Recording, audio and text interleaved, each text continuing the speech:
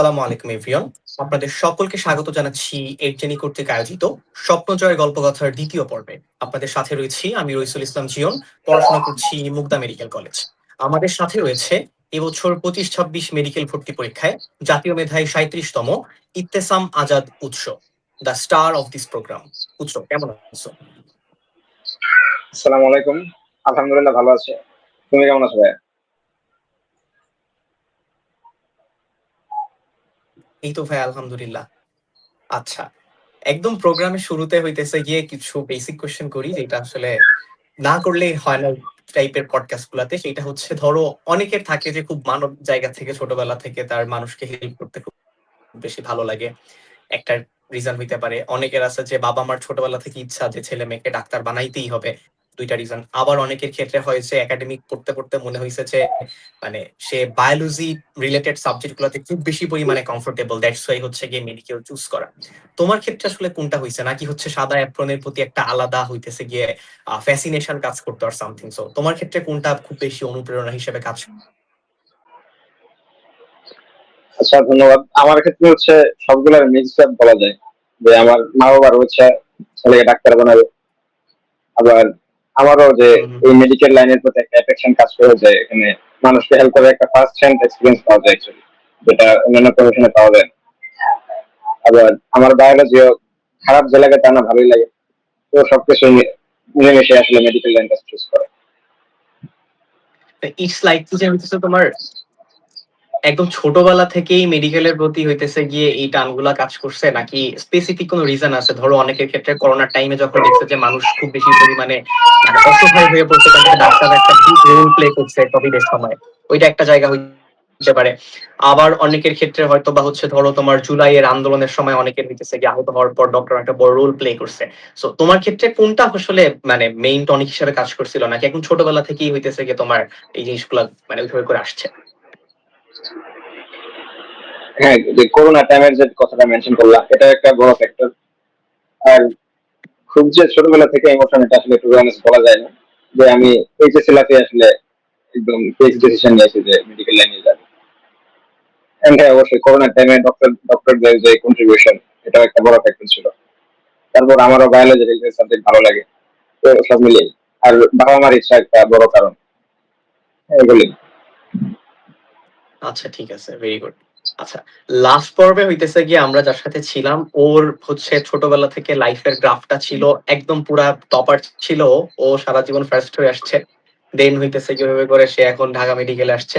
তো তোমার ক্ষেত্রে আসলে মানে তোমার পড়াশোনার গ্রাফটা একদম স্কুল লাইফ থেকে কেমন ছিল? মানে এটা কি হইতেছে কোনো মানে সাইনের গ্রাফের মতো ছিল, নাকি হইতেছে একদম স্ট্রেট লাইন ছিল যে আমি অলওয়েজ হইতেছে ফার্স্ট সেকেন্ড থার্ড হয়ে আসতেছি এন্ড ওইভাবে করে আমি ঢাকা মেডিকেল পর্যন্ত আসছি? What was your journey? Most of the time ইকুয়েশনটা আসলে স্ট্রেট লাইনই ছিল।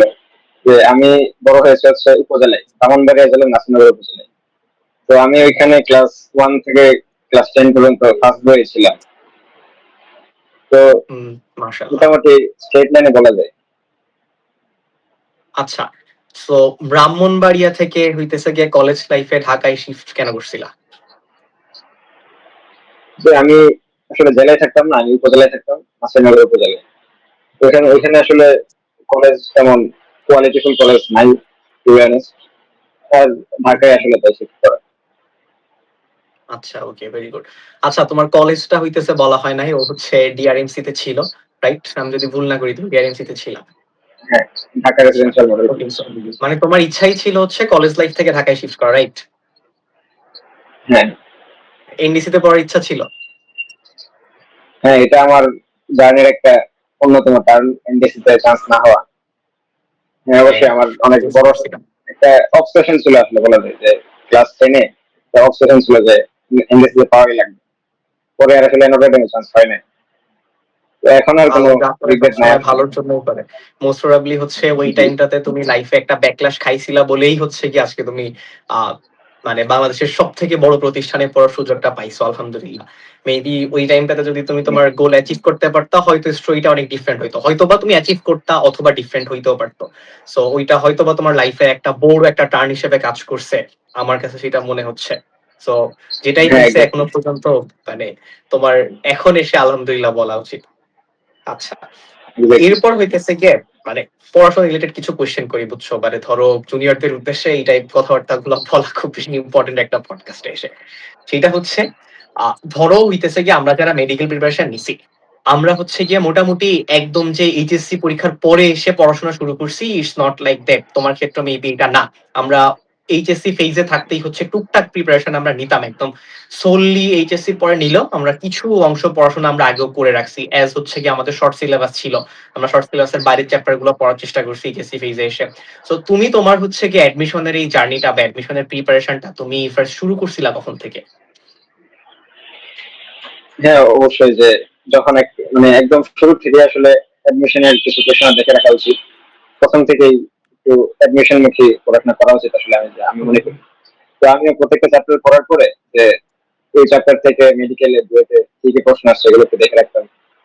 আর আমাদের তো যেটা মেনশন করলো শর্ট সিলেবাস ছিল, আমি বায়োলজি যে কোশ্চেনটা ছিল এটা অ্যাডমিশনের আগেই মানে এইচএসসি থাকতে শেষ করেছিল বায়োলজির কোশ্চেনটা। ওকে ওকে। হ্যাঁ, আচ্ছা যে ভাইয়া, স্টার্ট হইতেছে মানে অ্যাডমিশনের শুরু থেকে আসলে মানে পড়া উচিত। একাডেমিক জার্নির শুরু থেকে অ্যাডমিশন সাজিয়ে পড়া উচিত আমার মনে হয়। শুধুমাত্র এইচএসসি কে টার্গেট রাখলে আসলে লক্ষ্যটা ছোট হয়ে যায়।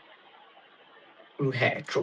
আচ্ছা, একটা ইন্টারেস্টিং জিনিস আস্ক করি। আমি হচ্ছে তোমার সাথে আজকে পডকাস্টে আসার আগে তোমার আইডি একটু স্টক করতেছিলাম ফেসবুকে। সো তখন দেখছি যে তুমি হচ্ছে যখন এইচএসসি লেভেলেই পড়াশোনা করো, ওই টাইমটাতে তুমি ফিজিক্সের মোশনের একটা হইতেছে ম্যাথ নিয়ে মেবি ক্লাস নিচ্ছিল আর সামথিং, হোয়াইট বোর্ডের একটা ক্লাস ছিল। তো মানে ওই স্টোরিটা আসলে কি ছিল? এটা মানে কাদের পড়াইতেছিল আর সামথিং কেন? ওইটা আসলে যে রাকিব ভাইয়ের একটা গ্রুপ আছে যে সায়েন্স এন্ড ম্যাথ নার্স, হ্যাঁ হ্যাঁ, ওইখান এটা তো থেকে সবাই একটা চিনে ভাই। রাকিব ভাই তো হ্যাঁ, কাইন্ড অফ হইতেছে আমাদের সেভিয়ার বলা যায়, আমাদের পঁচিশ হ্যাঁ, ছোট হ্যাঁ, ম্যাথ exactly। আইসিটি। ওকে, সো বলো। তখন একটা কম্পিটিশন ছিল যে future teacher, hashtag future teacher একটা কম্পিটিশন ছিল। যে হুম, 10 হুম, মানে কম টাইমের মধ্যে একটা টপিক পড়াবা তুমি, যারটাতে অনেক সবচেয়ে বেশি রিয়েক্ট আসে এরকম 10 জনকে প্রাইজ দেওয়া হবে এরকম। তো আমি বাসায় ছিলাম, ফ্রি টাইম ছিল, তাই একটা ট্রাই করেছিলাম। প্রাইজ পাইছিলা? যদিও আমি না আমি প্রাইজ পাই নাই যদিও। আচ্ছা, রাগ হয় না সেই সময়? না, আমি তেমন অনেকে তো অনেক ফ্রেন্ডদেরকে পাঠাইছি যে ভিডিও বিভিন্ন মানে প্রমোশন টাইপের করাইছে যে বিভিন্ন গ্রুপে যে তোমরা আগে একটা রিয়েক্ট দিয়ে আসো। হুম, হুম, হুম। আমি আসলে তেমন কিছু করি না, আমি জাস্ট ভিডিও ছেড়ে দিয়ে দিছি। But প্রাইজ পাওয়ার ইচ্ছাও ভালো ছিল না ক্লাস খুবই ছিল। একটা, আমি ক্লাসটা এমনি র্যান্ডম। একটা পোর্শন করছি, সো আমার কাছে মনে হচ্ছিল যে ক্লাসটা ওয়াজ নট ব্যাড, ভালোই হইতেছিল। আচ্ছা, এরপর আমি যতদূর জানি তুমি হচ্ছে গিয়ে অ্যাডমিশন একটা ফেজে একটা এসে। ফানি একটা ফানি হ্যাঁ হ্যাঁ, বলো। ফানি ফ্যাক্ট শেয়ার করি যে এই যে ক্লাসটা নিয়েছিলাম যে টপিকটার উপর, হুম। এই ওই সালে মেডিকেলে মানে ওইরকম একটা কোয়েশ্চেন আসছিল যে কত এততম সেকেন্ড আর এততম সেকেন্ডে পরন্ত বস্তুর দূরত্বের অনুপাত কত, এটা হ্যাঁ 24 হ্যাঁ 24 সেশনে আসছিল। এটা হ্যাঁ হ্যাঁ হ্যাঁ, কোইন্সিডেন্স হয়েছে, একটু বুঝতে। আমার ক্লাসটাই আসলে আসলে এটা ভালো। আচ্ছা ওকে। আর তুমি যেটা নিছিল এটা মেবি বুয়েট 19-20 কোশ্চেন ছিল, রাইট? যদি আমি ভুল হ্যাঁ, না করি। হ্যাঁ, ওকে। সো ভালোই হ্যাঁ, স্টক করছি তাইলে। আচ্ছা, এরপর হচ্ছে তুমি অ্যাডমিশন ফেজে খুব সম্ভবত এর জিনিস সাথে যুক্ত ছিলা। আমি যদি ভুল না করি তুমি এন্ড গেমে যুক্ত ছিলা। সো বলো এন্ড গেম হ্যাঁ, কেমন ছিল আর সামথিং কতটুকু হেল্পফুল ছিল, ইমপ্যাক্ট কতটুকু রাখছে তোমার আজকে ডিএমসি পর্যন্ত আসার ক্ষেত্রে? হ্যাঁ, এন্ড গেমটা আসলে খুবই হেল্পফুল ছিল। যে একটা সেগমেন্ট ছিল কুইক ফায়ার, ভাইয়ার গ্রুপ ছিল অনেকগুলা, যে তুমি যে কোচিং সেন্টারে ক্লাস করছো মানে যে রুটিন ওয়াইজ ক্লাস করছো ওই রুটিন ওয়াইজ পরীক্ষা দেওয়া যেত আগের দিন কুইক ফায়ারে।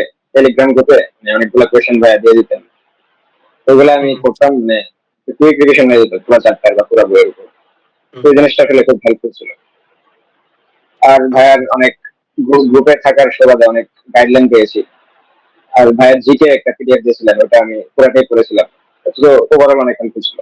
হ্যাঁ হ্যাঁ, জিকের পিডিএফ তে আমি লাস্ট পডকাস্টে কথা বলতেছিলাম যে আমি অ্যাডমিশন, যেদিন আমাদের অ্যাডমিশন টেস্ট ছিল, আমি সকালবেলা হচ্ছে গিয়ে তোমার সাময়িক জিকে হইতেছে পড়তে পড়তে অর্ধে যাচ্ছিলাম। যদিও আমি সাজেস্ট করি না কাউরে ওই টাইমটা আসলে রিল্যাক্স থাকা উচিত, বাট আমার হ্যাঁ, ক্ষেত্রে হচ্ছে ওই পিডিএফটা বেশ হেল্প করছিল। সো আমারও মনে হয় যে এটা আসলেই খুব ইম্প্যাক্টফুল ছিল অ্যাটলিস্ট জিকে এর প্রিপারেশনের ক্ষেত্রে। ওকে, সো তোমার কাছে কি মনে হয় যে একটা অ্যাডমিশন ফেজে একটা মেডিকেল অ্যাসপিরেন্টের কাছে একদম অ্যাডমিশন ফেজের শুরু থেকে ডেইলি এক্সাম কতটা ইম্পর্টেন্ট? অ্যাডমিশন ফেজে হ্যাঁ, অ্যাডমিশন ফেজের একদম শুরু থেকে ডেইলি এক্সাম কতটা ইম্পর্টেন্ট? হ্যাঁ ডেইলি এক্সাম খুব ইম্পর্টেন্ট, যে আমি বলবো মাস্ট। ডেইলি এক্সাম মাস। দিলে যে রুটিনটা একটা রুটিনের মধ্যে থাকা হয়, মানে সবগুলা খুব সময়ের মধ্যে শেষ হয়, যেটা হ্যাঁ, আমি বলা তোমার যায়। সাথে একদম ফুললি এগ্রি করি। আরেকটা জিনিস আমার কাছে মনে হয় যে এড করি, সেটা হচ্ছে ডেইলি এক্সাম দিলে একটা রিয়ালিটি চেক আসে যে এটলিস্ট আমার পড়াশোনা আমার কাছে পড়ে মনে হচ্ছে যে আমি খুব পড়ে শেষ করে ফেলছি। বাট এক্সাম দিলে বোঝা যায় যে আলটিমেটলি আমার চ্যাপ্টারে কোথাও গ্যাপ আছে কিনা। আর আমার কাছে মনে হ্যাঁ, হয় লাইক যে লিস্ট গুলা রিভাইজ, দেখা যায়। মানে অ্যাডমিশন ফেজের ওই ৩ মাস is a very short time. ওই ৩ মাসে ৫৬টা চ্যাপ্টার পড়া, রিভাইজ দেওয়া, it's very tough. So if যে কেউ যদি রেগুলার এক্সাম গুলা দেয় তাহলে অ্যাটলিস্ট ও জানে যে ওর একটা পার্টিকুলার চ্যাপ্টারে ওর স্পেসিফিক কোন জায়গাগুলোতে গ্যাপ আছে। ইফ ও জায়গাগুলো আগে থেকে এক্সাম দেওয়ার মাধ্যমে যদি ও মানে পয়েন্ট আউট করে রাখতে পারে, তাহলে ওর রিভাইজ দেওয়ার সময় তো ওর পুরো চ্যাপ্টার রিভাইজ দেওয়ার দরকার পড়তেছে না। যে জায়গাগুলো পারে, জায়গাগুলো হচ্ছে কি ও গো থ্রু করলেই হইতেছে, চোখ বুলাই হচ্ছে। বাট যে জায়গাগুলো আসলে প্রবলেম ছিল, ও তো আগে থেকে টপিক গুলো মার্ক করে রাখছিল। তো সেই ক্ষেত্রে হচ্ছে করে হেল্পফুল হইতে পারে। আমি যে কাজটা করতাম যে আমি শুরুর দিকে ডেইলি এক্সাম দিতে পারি না, কালকে বলতেছিলাম ওইটা খুলনার কিছু মানে লোকাল কোচিং এর স্ক্যামের কারণে। বাট আমি যখন থেকে এক্সাম দেওয়া শুরু করছি, আমি যে কাজটা করতাম সেটা হচ্ছে গিয়ে এক্সামে যে কোশ্চেন গুলো ভুল করতাম, ওই কোশ্চেনটা হইতেছে এক্স্যাক্টলি ওই চ্যাপ্টারে কোন টপিক থেকে ভুল করছি, ওই টপিকটা পুরাটাই হইতেছে আমি মার্ক করে রাখতাম। আমি মার্ক করতে, এটা মানে পার্সন টু পার্সন ভ্যারি করে কে কেমনে মার্ক করবে। আমি মার্ক করতাম হচ্ছে পি দিয়ে। দ্যাট মিনস হইতেছে এই চ্যাপ্টারের স্পেসিফিক এই টপিকটা আমি পারি না, ওই পারি না বোঝানোর জন্য আমি পি দিয়ে মার্ক করে রাখতাম। আমি যখন দ্বিতীয়বার বা তৃতীয়বার যখন আমি রিভাইজ দিতে আসতাম চ্যাপ্টারটা, আমি হইতেছে গিয়ে পি মার্ক করা জায়গাগুলো একটু বেশি ভালোভাবে পড়তাম, যে এই জায়গাগুলো আসলে আমি আগের বার ভুল করছি।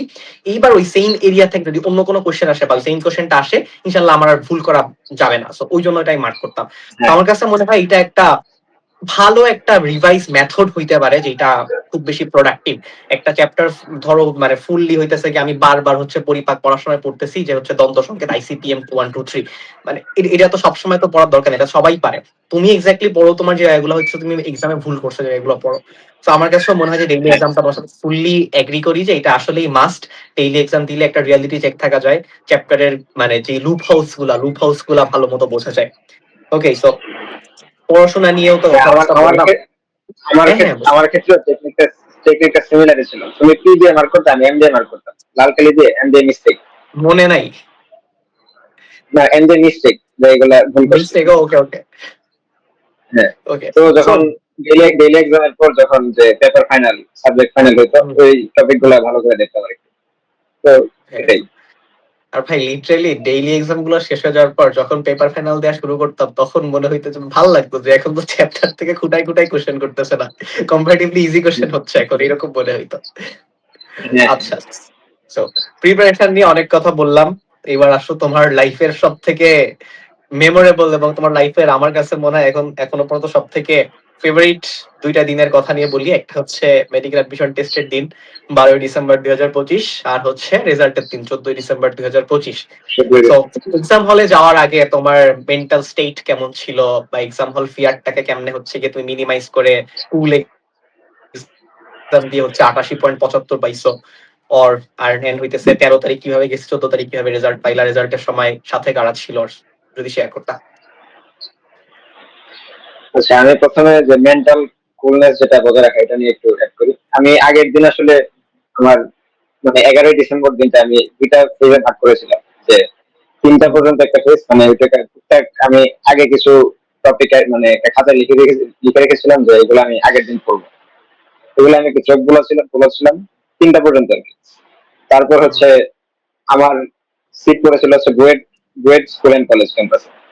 আর আমি তখন থাকতাম হচ্ছে উত্তরাতে। আমি একটা হোটেল নিয়েছিলাম, আমি, আব্বু আর আমার এক মামা। তো হোটেলে যাওয়ার পর যে ভেন্যুটা একটু চেক করেছিলাম যে হোটেলে আসার আগে। তারপর যখন হোটেলে গিয়ে উঠলাম, তারপর আসলে অনেক নার্ভাসনেস কাজ করছিল। তখন যেটা করলাম আমি, যে আমার মোবাইলে তো মেসেজ ছিল যে মানে ডেইলি এক্সাম পেপার ফাইনালে র্যাঙ্ক কিরকম আসতো, মার্ক কিরকম আসতো, এগুলো আমি হঠাৎ করে হ্যাঁ, একটু মেসেজে তোমার র্যাঙ্ক ঢুকছিলাম, কেমন একটু আছে? চেক করেছিলাম। র্যাঙ্ক আসলে ভালোই আসতো, যে মোস্ট অফ দ্য টাইম 100 এর ভিতরে আসতো, 50 100 এরকম। তো 100-এর ভিতরে? এগুলো একটু চেক চেক চেক মাশাআল্লাহ। করার পর যে মোটিভেশনটা একটু বুস্ট হয়, মেন্টাল স্টেটটা। তারপর আমি আমার মাকে ফোন দিই, তারপর আর আত্মীয় স্বজনের কাছে দোয়া নেই। তো তারপর যে নার্ভাসনেসটা আসলে কেটে যায়। আর এক্সাম হলে আমার হল সেন্টারটা একটু আমার পছন্দ হয়েছিল, অনেক তেমন ভিড় ছিল না। তো পরিবেশটাও ভালো ছিল। তাই 1 ঘন্টা আগে আগে পৌঁছে গেছিলাম। তো একটু হাত মুখ ধুয়েছিলাম পৌঁছানোর পরই। তো ওভারঅল মানে আমি কোনো প্রেশার নিইনি, যে আমার প্রথমে একটা মাইন্ডে সেট করে গেছিলাম যে আমি যদি 5-10টা কোয়েশ্চেন নাও পারি, যে নার্ভাস হয়ে যাবে, যে মানে আমি যদি নার্ভটা হ্যাঁ, প্রেজেন্ট করি সেম হিয়ার। তাহলে গেমস আসবে ইনশাআল্লাহ, নার্ভটা প্রেজেন্ট করলে গেমস আসবে ইনশাআল্লাহ, আমি জানতাম। তো আমি তাই ট্রাই করলাম। নার্ভটা অ্যাকচুয়ালি আমার ফুল কন্ট্রোলে ছিল, আমি কোচিং এ থেকে পরীক্ষা দিতাম, ওইভাবে পরীক্ষা দেওয়ার চেষ্টা করেছি। সো আর রেজাল্টও পাইছি আলহামদুলিল্লাহ, এটাই। এক্সাম দিয়ে এসেই বুঝছিলা যে হইতেছে ডিএমসি হয়ে গেছে? না, এক্সাম বের হওয়ার পরে গেমস হয়ে গেছে এটা আসলে বুঝলাম না। কিছু কোচিং সেন্টারের সাথে মিলালাম, তারপর মোটামুটি কনফার্ম ছিলাম যে হুম। আমি ইনকেস যদি ভুল না করে থাকি রোল রেজিস্ট্রেশন, তাহলে আসবে, এটা মোটামুটি শিওর ছিলাম। আচ্ছা, ওকে। সো এক্সামের রেজাল্ট যখন পাইলা, রেজাল্ট পাওয়ার সময় কই ছিলা, সাথে কে ছিল, আঙ্কেল আন্টি কেউ ছিল কিনা? হ্যাঁ, রেজাল্টের দিন আম্মু একটু একটু পর পরে জিজ্ঞেস করছিল যে দিয়েছে কিনা। আমাদের রেজাল্ট কিন্তু সন্ধ্যার দিকে দিছিল, 7টা 8টা এরকম টাইম। না, না, ৭টার সময় দেয় নাই। রেজাল্ট দিছে হচ্ছে তোমার আসরের নামাজ আর মাগরিবের নামাজের মাঝামাঝি টাইমে। আমি আসরের নামাজ পড়ে হ্যাঁ আসছি। স্যার, হ্যাঁ এটা। মানে ২টার সময় রেজাল্ট দেওয়ার কথা, প্রতি বছর যেই কাজটা করে, মানে একদম হ্যাঁ, শুধু, হ্যাঁ। শুধু ভাই ২টা দিয়ে ৩-৪ ঘন্টা বসায় রাখে সবাইরে প্রত্যেক বছর। আমি ওই ২টা দিয়ে এই যে হচ্ছে গিয়ে পিছনে যে পিসি দেখতে পারতেছো, ওই জায়গাটায় আমি বসা ৩ ঘন্টা। আমি আসরের নামাজ পড়তে গেছি, পড়ে এসে শুনছি যে হইতেছে গিয়ে ১৫-২০ মিনিটের মধ্যে রেজাল্ট দিবে। দেন মেবি হচ্ছে গিয়ে ৫টার আশেপাশে, ৫টার পরে কোনো টাইম হইতেছে রেজাল্ট দিছিল না। অ্যাজ ফার হ্যাঁ, অ্যাজ আই রিকল। 5টার পরে দিছিল, 6টার কাছাকাছি নেবে এরকম একটা টাইম। হ্যাঁ, ৬টার আগে, মাগরিবের আগে আর তো আসরের পরে। রেজাল্ট দেখার সময় আমার আম্মু পাশে ছিল। তো তখন দেখলাম যে যে র্যাঙ্ক আসছে 37, ঢাকা মেডিকেল কলেজ, কোডটাও পাশে ছিল 11। তো আম্মুকে বললাম, আমার চেয়ে বেশি খুশি আসলে আমার মা বাবা বেশি খুশি হয়েছে।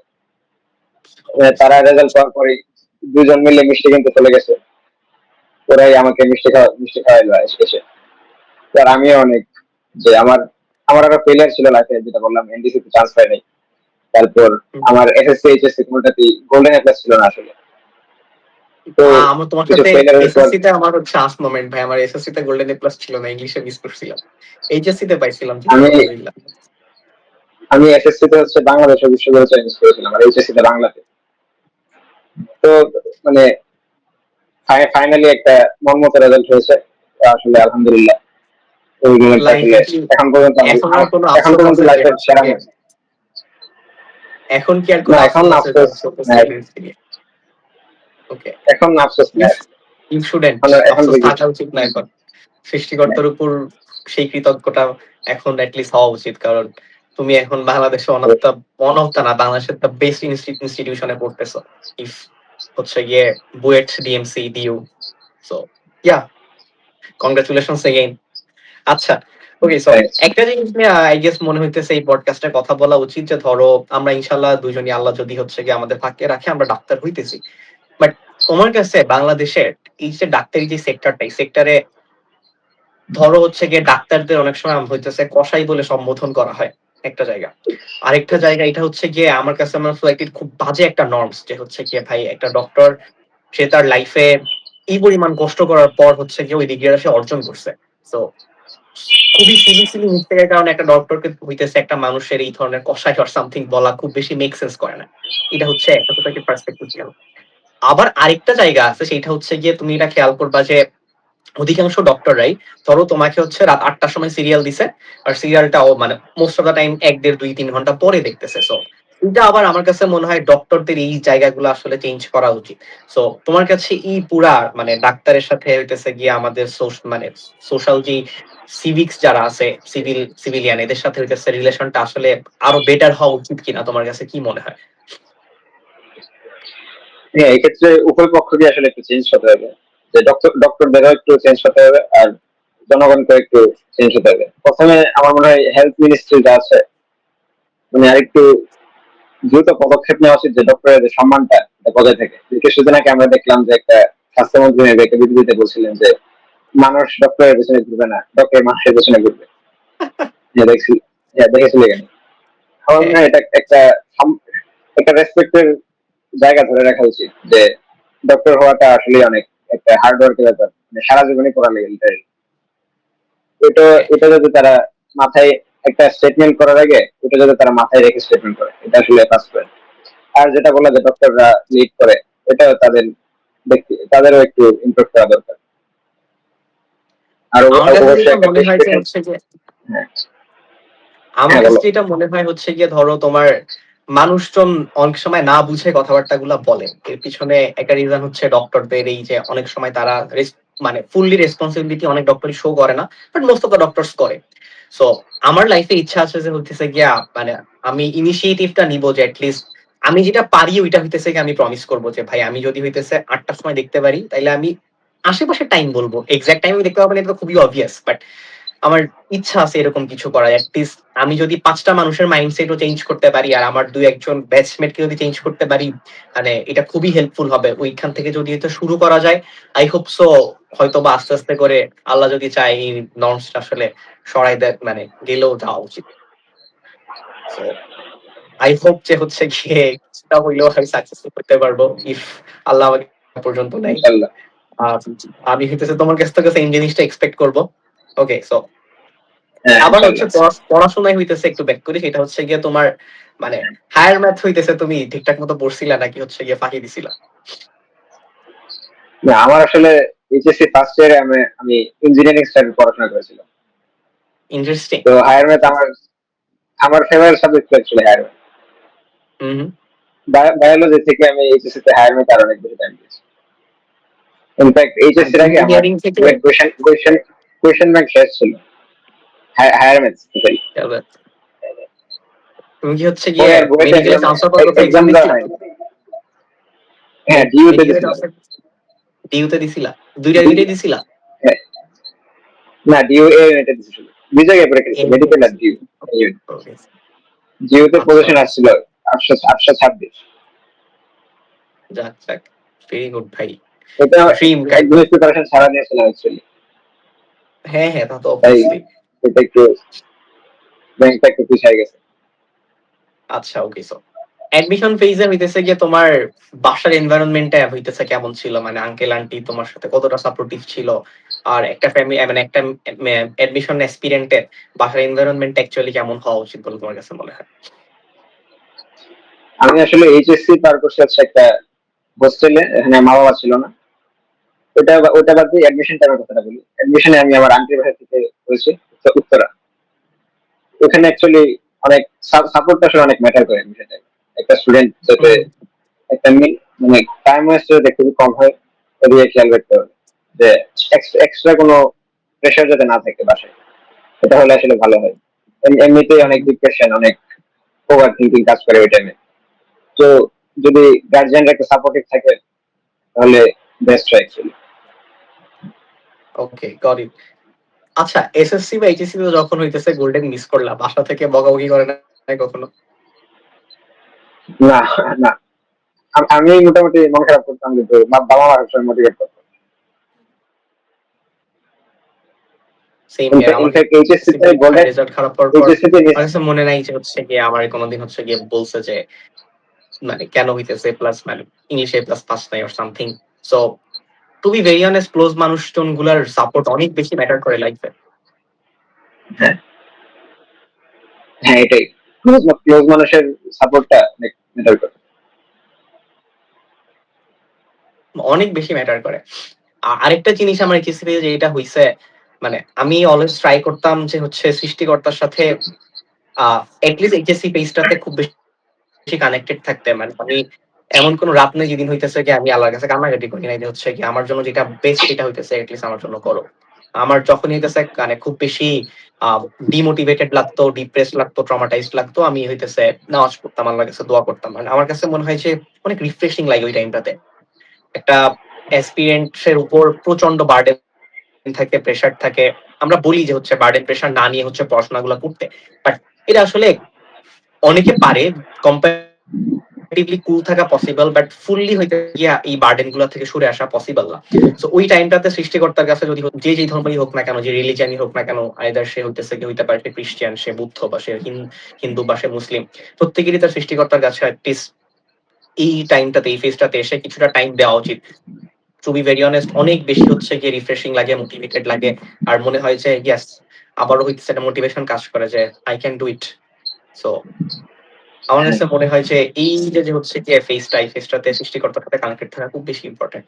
সো তোমার ক্ষেত্রেও হ্যাঁ মানে আমার কাছে মনে হয় সব এটলিস্ট এই টাইমটাতে সেটা থাকে। তোমার কাছে কি মনে হয়?